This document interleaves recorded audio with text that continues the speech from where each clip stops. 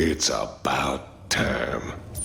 Hello everyone and welcome to Action RPG. I'm your host Aaron, and for today's video we're headed to the world of Last Epoch. Hype Week is officially kicked off with day one, and there is so much to cover. I was talking yesterday on stream that I bet they start off with Campaign and Ancient Era, which would be fine.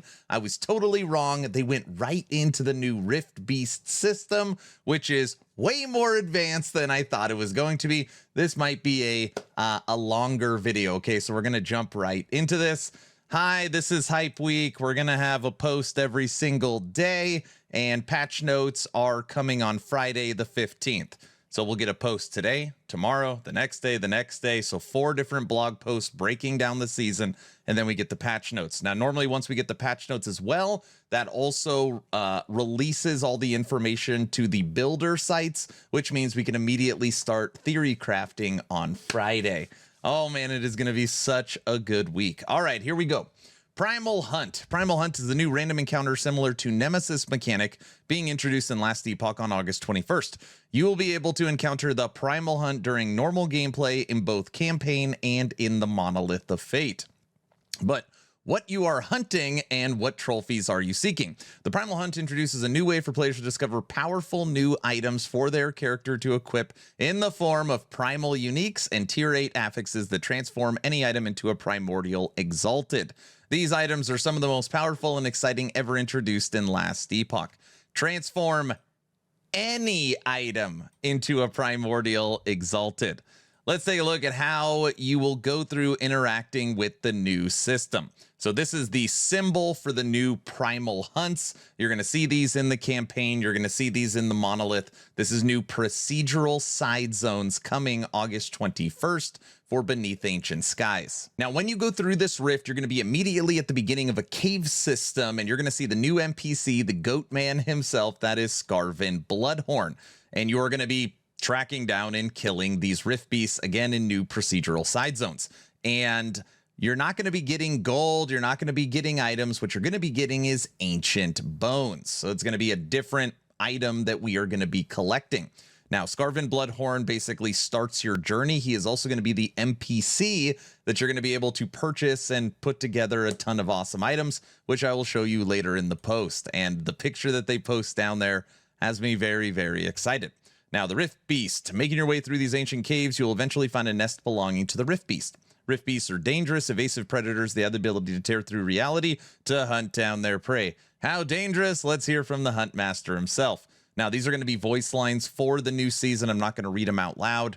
I'm sure you'd rather be surprised, maybe, or you could read them yourself if you want.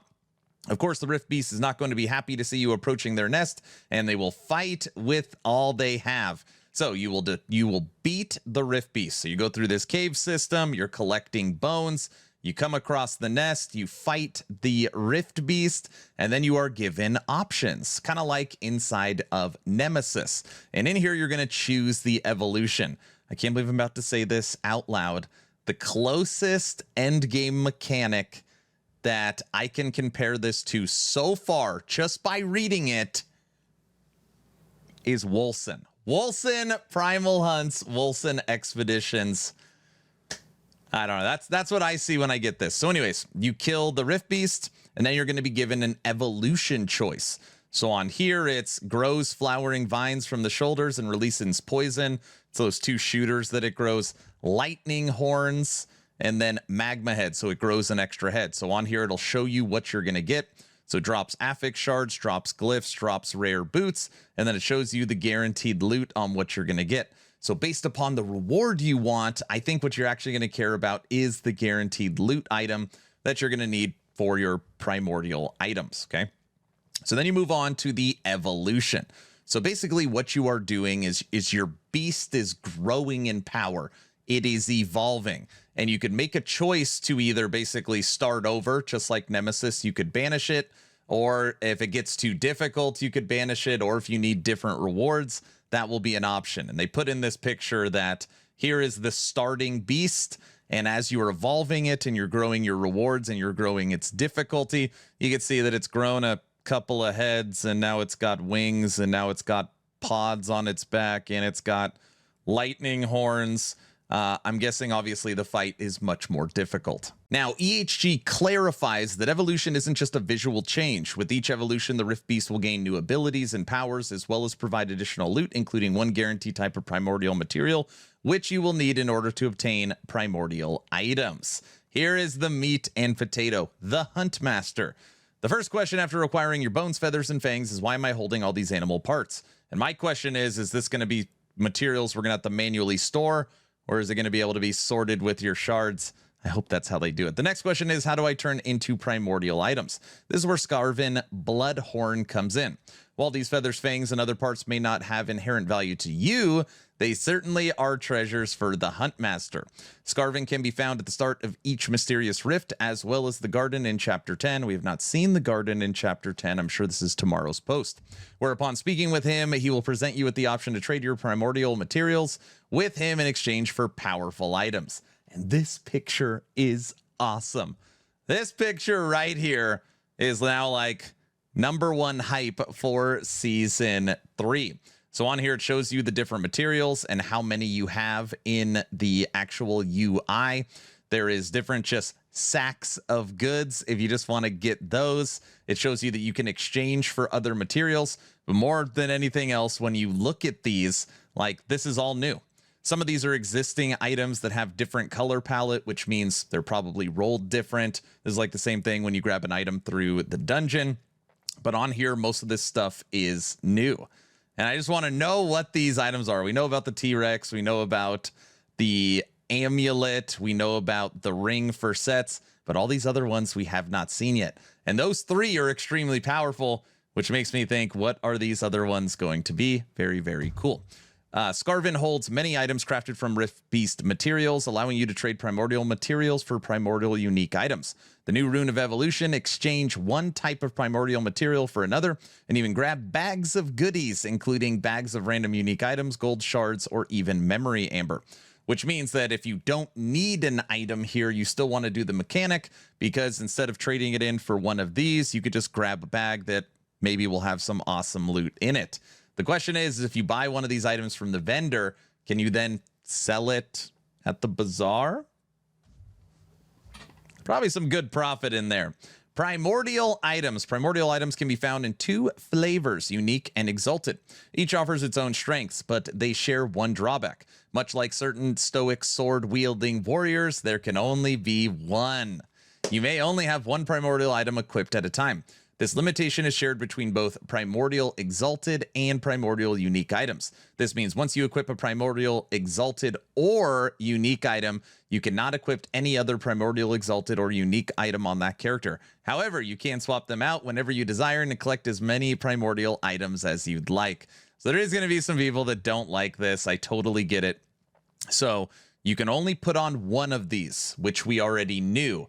But we didn't know you can't put on a Primordial Exalted item as well. These are the new 6 affix exalts that can go up to T8. And the T8 affixes are like insane. They keep showing like, 6 to meteor and 300 spell damage, things like that. So when it comes to Primordial, only one, regardless of what it is.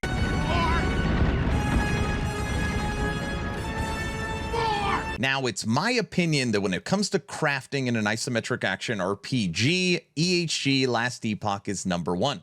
And I said it in yesterday's stream, like, don't mess with crafting. Just leave it alone. Don't screw it up. It is perfect. I was totally wrong. This new Rune of Evolution they are adding is just... it's just going to make it that much better. Check this out. The new Rune of Evolution allows you to modify an exalted item with at least one T7 affix and no T8 affixes. Wait, T8 affixes, that's correct. This rune packs quite a punch by introducing the ability to randomly upgrade a T7 affix on an item to T8. This primordial sealed affix does not consume the normal sealed affix slot, meaning under optimal circumstances, exalted items can now potentially have up to 6 affixes.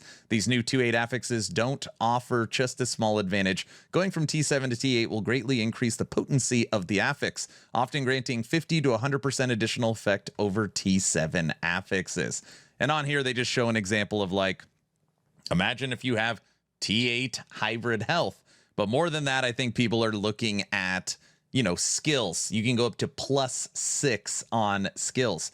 That means any affix in the game right now can go T8, and from what I understand, it will automatically seal. So normally what I'm thinking about is this, is we already have these kind of crazy nemesis items that get spit out that have T7 sealed affixes that have an additional T7 on it. You can now take that T7 and turn it into a tier 8, and then you could craft the other affixes you want, potentially having tier 30, tier 35 affixes on an Exalt. I mean, it's insane. But again, remember, you can only have one of these. So if you choose to use the Rune of Evolution and make an insane 6 affix Exalt, you cannot use any of these here. But still very, very cool to have that option. I love that. So now we need to clarify a few things on primordial uniques. And again, I know I've said this 10 times, you can only use one, so just keep that in mind. Now, EHG states that these operate just like regular uniques, so they're going to feel very familiar to you. They are just way more powerful. That's why you can only use one of them, and they will be extremely build defining. Now, they go on to clarify that when you purchase these from Scarvin, they can roll with legendary potential, so you can take them to the next level. I should also say that when it comes to these T8 affixes from the Rune of Evolution, since it's a sealed affix, you will not be able to move that over to a unique item. So nothing changes when it comes to actually making legendaries. Remember, you can only have one primordial item equipped, so choose wisely. Not all primordial unique items are purchased from Scarvin. However, so keep your eyes open when fighting powerful Rift beasts. Now that is very interesting. So that means that when you look at this picture of his inventory and what he's offering to you, that means there's more powerful than what is here that is drop only. I don't know if a lot of people are going to pick up on that. There is even more items that they have not shown us yet that are drop only. All right. Last but not least, Twitch drops are back, and I'm glad that they continue to do this for support. So we have, it looks like 6 hours of watching, and on here there's going to be 5 different portraits, and each portrait is for a different class, a new title, a new staff. You're going to be able to turn your swipe green, and for creator support. So normally this is like if you gift a sub or something like this, you're going to get this like scaled cloak. It's like a dragon. It's like a beast armor. Dragon scale cloak. Oh, that's literally exactly what I said. So there we go. Closing. We hope you love all this stuff.